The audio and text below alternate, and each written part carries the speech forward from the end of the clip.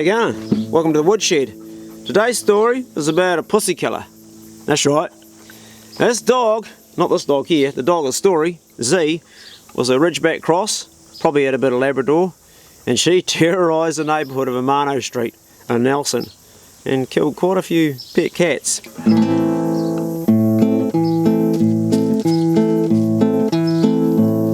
There's a pussy killer on the beat, probably lurking in your street. Whoa, pussy killer. Whoa, pussy killer.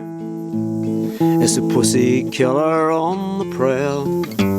She'll bark and growl. Whoa, pussy killer. She'll stretch your moggy out, shake your pussy all about. Whoa, pussy killer. Anyway, we'll tear into the story. Going back a few years now, bloke by the name, a mate of mine actually, called Chris Pearson. He had this dog. It was their pet, family pet. They were a family living in Amano Street. And their neighbour's cat went missing, and somebody else's cat went missing. And people started to think, it's got to be a dog, it's killing them because they'd find them dead. They weren't chewed too badly, but they looked like they'd been ragdolled quite a bit, you know, shaking around. And finally, one day, someone caught Z shaking their cat to bits, shaking their pussy in the garden, and killed it. Called up the dog ranger. Dog ranger comes out and goes, Chris, we're going to have to put your dog down. There's at least 12 cats that we know have gone missing in Amano Street. Probably a lot more than that too, that whole area. Now, to my thinking, cats, they do a lot of damage. I mean, a cat in a lifetime can kill up to 5,000 native birds. So I don't lose too much sleep over that, but I even had my own cat here killed by one of my dogs years ago, getting off the story a bit, so it does happen. But the order was to put Z down. So he called me up and says, can you pick the dog up and put it down for us? Oh, I hate putting down dogs, you know, and I have done it. Sometimes you've got to be cruel to be kind. I guess if everyone's losing their pets, what are you going to do? If I didn't do it, then the dog ranger would pick it up. So yeah, I said, okay mate. So I picked it up the following morning, took it home, and I planned on going up the PS Valley, which I used to do a lot of hunting. We start there with my girlfriend at the time, and we'd start there for a week at a time. And so the plan was to take the dog for a walk with the rest of my hunting dogs and pop one in it with the Magnum 44 and leave it behind. I had another dog too, an old white dog, and she also had cancer, and I was going to have to put her down. I've been putting her off and putting it off, so I thought, well, I'll kill two birds with one stone.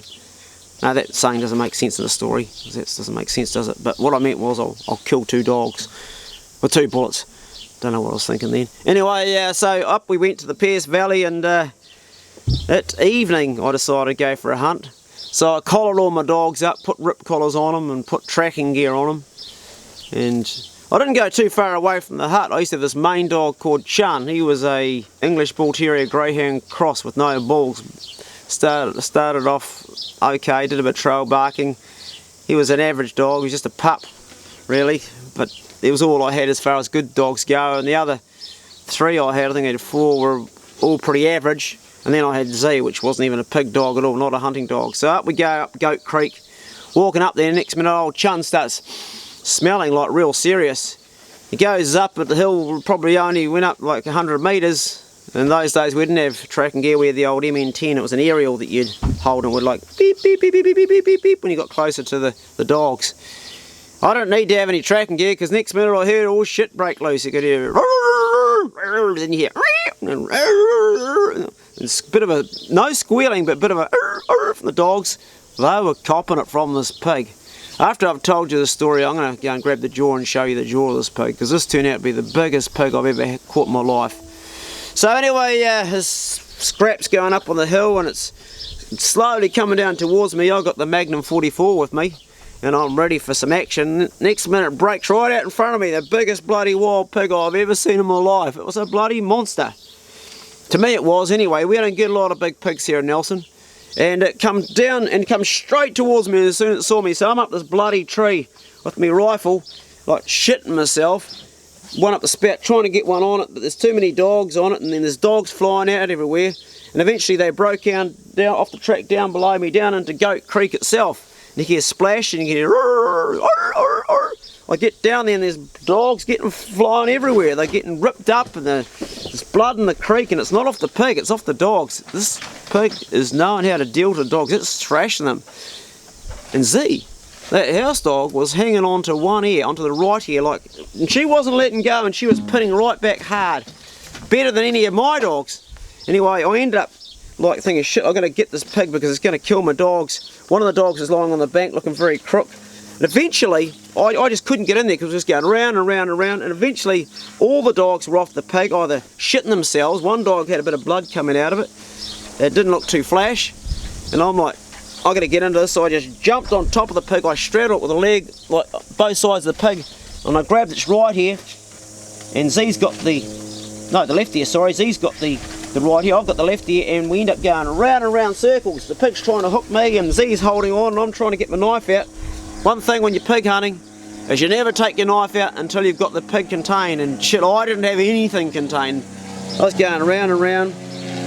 Bloody aeroplanes, every time I try and tell a story they always fly over. I hope you can still hear me anyway, so I'm going round and round, and I always keep a piece of string tied onto the end of my stick knife. There's a wee trick for you pig hunters.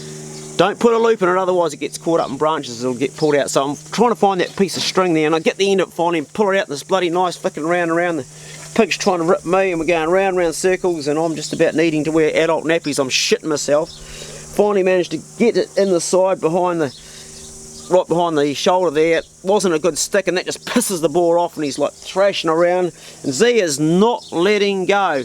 The other dogs now are like, one's picked itself up and is sort of half-heartedly doing stuff all really, and the others are just sort of barking. And I get the knife in again. This time it's a heart shot, and you can feel this pig, never a squeal, never a noise, toughest pig ever, and like finally it drops in the water.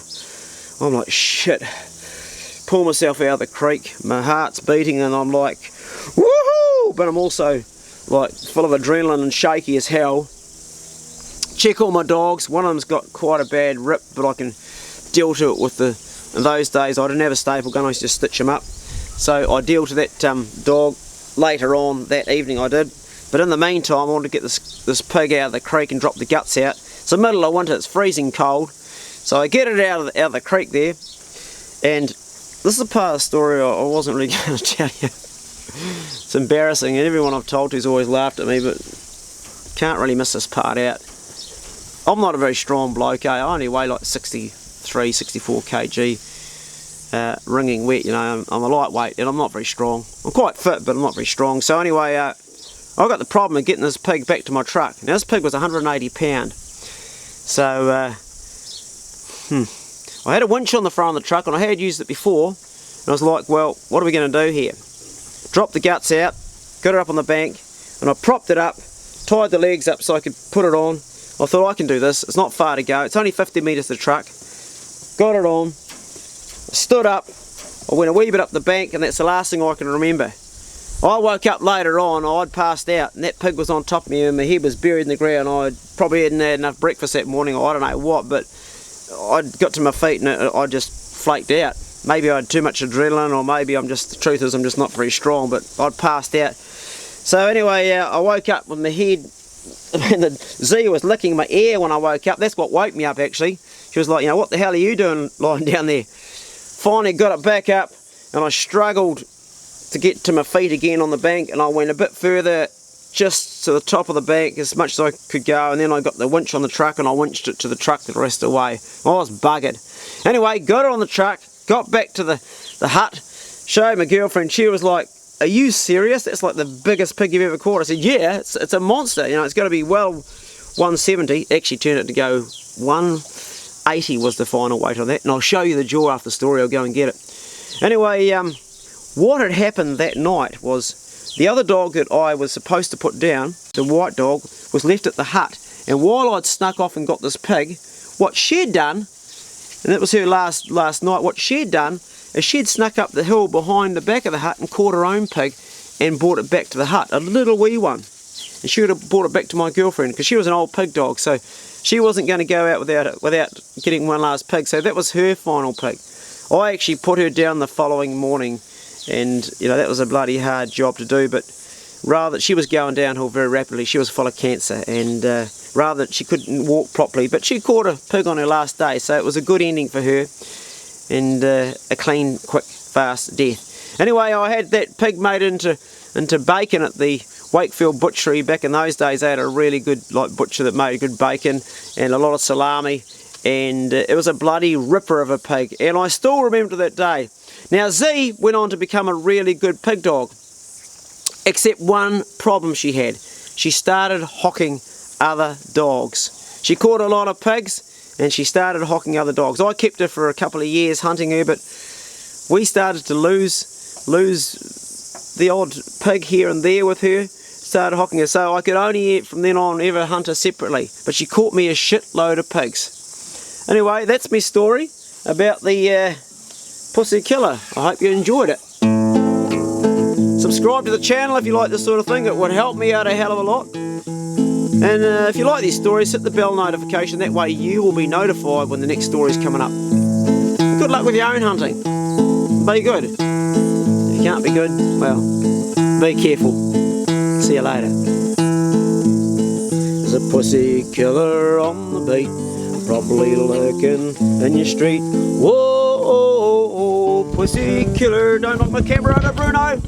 Whoa, nearly lost me camera. It's a pussy killer on the prowl. She'll bark and growl. Whoa, pussy killer. She'll stretch your moggy out, shake your pussy all about. Whoa, pussy killer. Oh, pussy killer. Oh, pussy killer. Whoa, pussy killer.